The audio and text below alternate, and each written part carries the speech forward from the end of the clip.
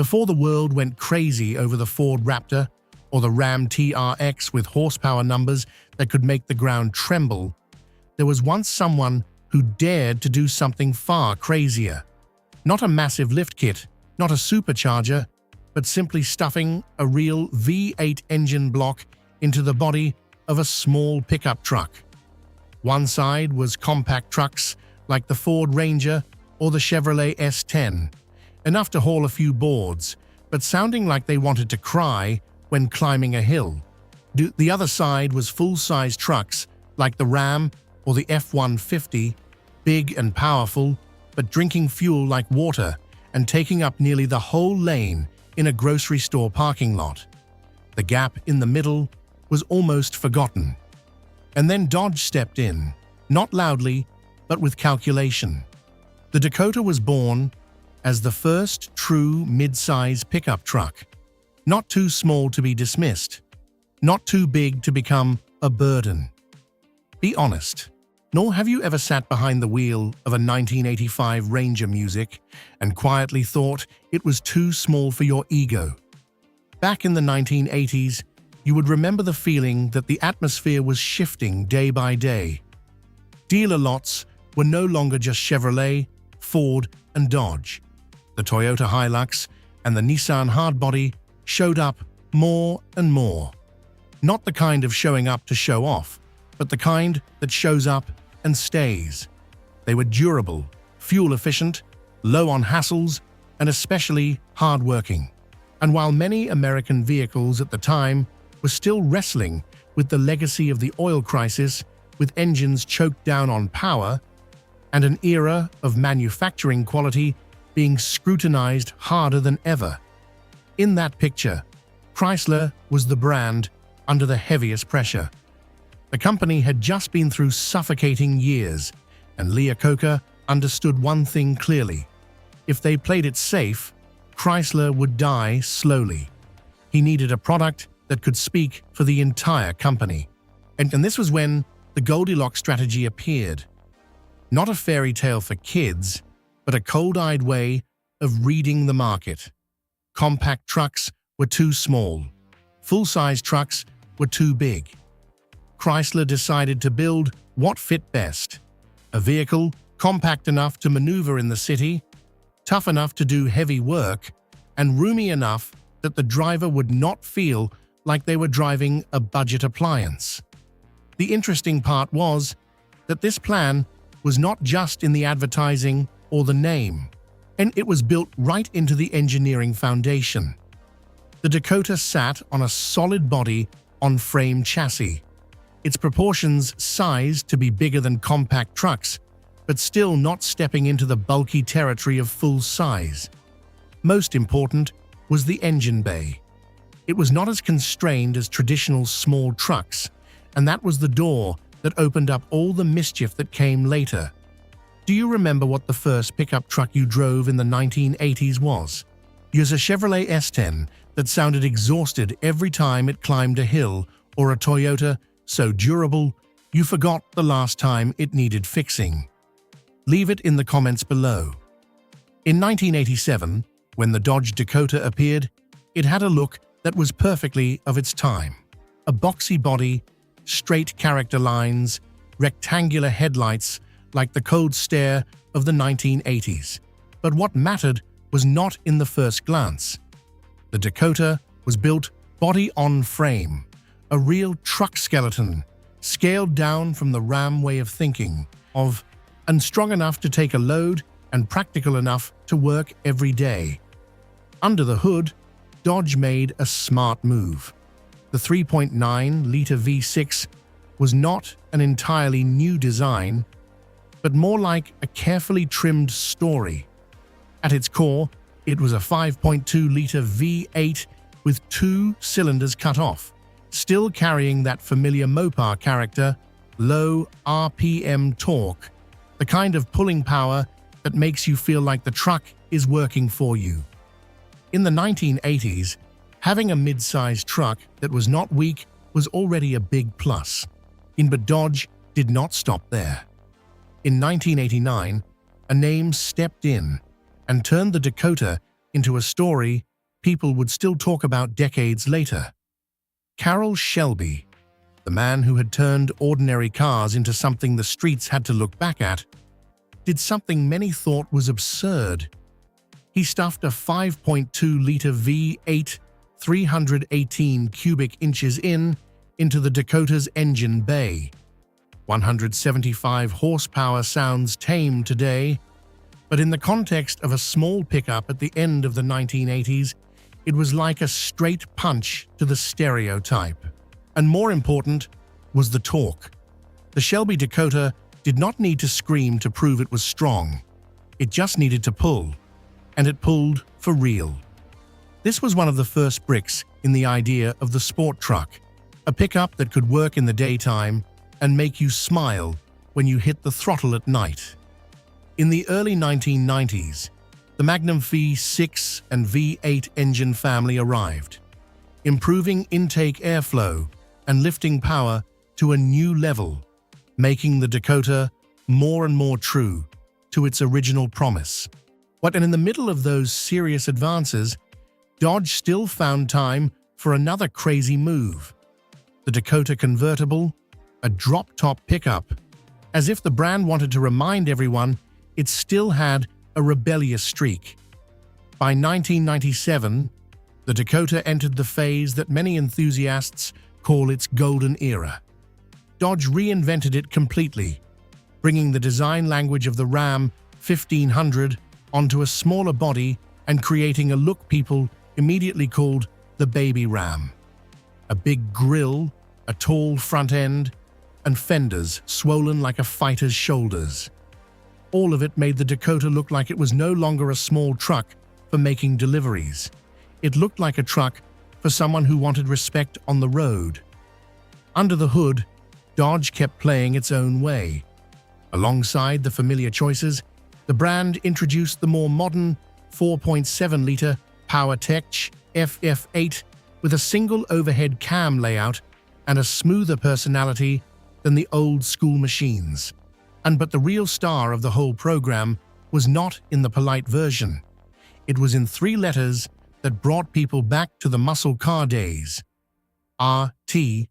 The Dakota RT carried the 5.9-liter Magnum V8 360 in making 250 horsepower and 345 pound-feet torque.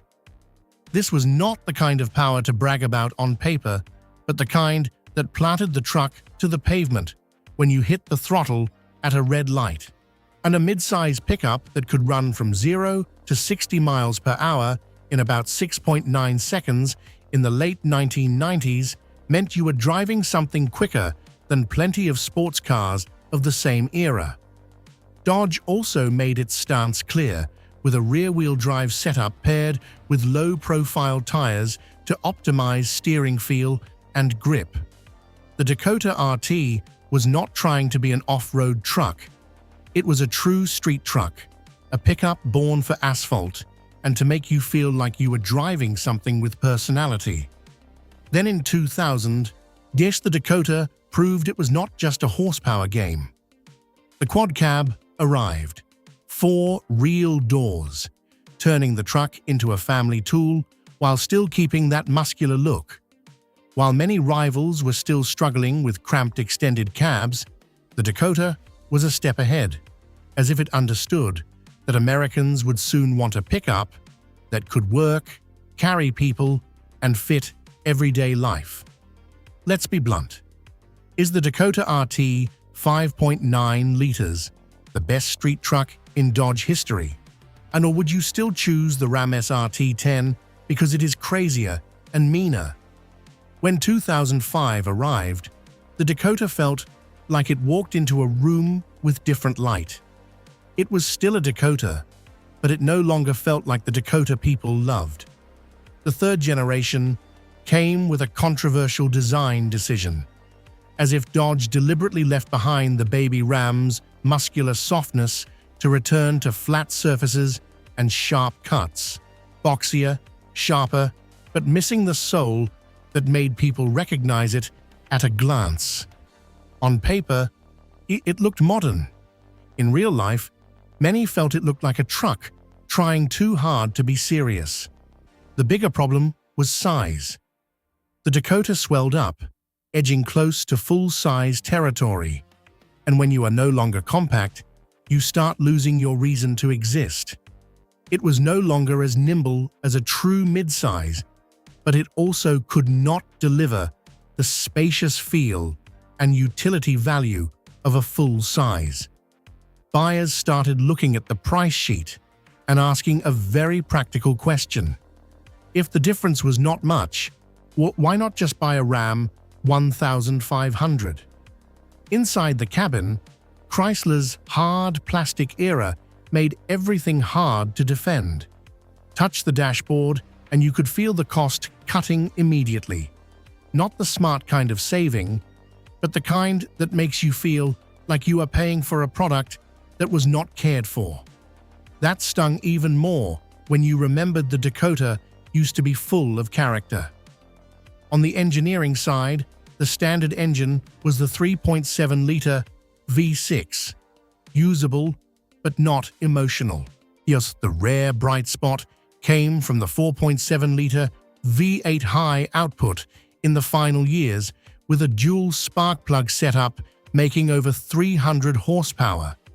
It showed the Dakota still had some fight left, music still wanted to roar. But that fight came too late, in a market that had changed its taste and its priorities. The front suspension switched to a coilover design instead of torsion bar, improving the driving feel, but those tweaks could not save the bigger problem. Its positioning had faded. But then the final blow came from the outside world. The 2008 economic crisis, music rising fuel prices, and a shift in buyer mindset. People either bought a smaller vehicle to save money or went full size because it was more practical, more powerful, and held value better. By 2011, the Dakota name was discontinued, like a chapter being closed before it could write a beautiful ending. But when you put the Dodge Dakota on the scale against the whole world of that time, you see exactly what made it special. The Ford Ranger and the Chevrolet S10 were two icons of the American compact truck, while the Toyota Tacoma was gradually becoming the new benchmark for durability and practicality. Each one had its reason to exist, but they were all playing a different game than the Dakota. The Ranger and the S10 were born to be economical, light, and suited for people who truly needed a small pickup. The Tacoma came from a Japanese philosophy. Durable, low complaint, was working like a trustworthy tool without needing to show off muscle. The Dakota, in contrast, always carried a provocative question. Why should a mid-size pickup accept living within the limits of a small engine? This is where the core difference shows up. V8 power. While the Ranger usually topped out at a V64.0 liters, and the S10 was known for a V64.3 liters, the Dakota was the only one that dared to bring a V8 into this segment in a serious way. And the V8 was not just for the sound. It delivered what truck buyers cared about most: towing. With a stiff frame and V8 torque, the Dakota could tow over 7,000, a number that made many mid-size rivals of the time only able to watch. If you needed to tow a boat, tow a trailer, or pull something heavy while still wanting a truck compact enough for city driving, the Dakota was a very American answer. That also made the Dakota a truck for a very specific kind of person. Someone who wanted to do real work, but did not want to feel like they were driving a construction site vehicle every time they took their wife out to dinner. Someone who wanted a truck that could tow, cruise well on the highway, and still be nimble enough to turn around in a tight parking lot. The Ranger, the S10, and the Tacoma could all be good choices, but they did not deliver that feeling. The feeling of a pickup that fit just right, yet still had power beyond its class. Today, when you look back at the Dodge Dakota, and you will see it was not just a pickup that got discontinued.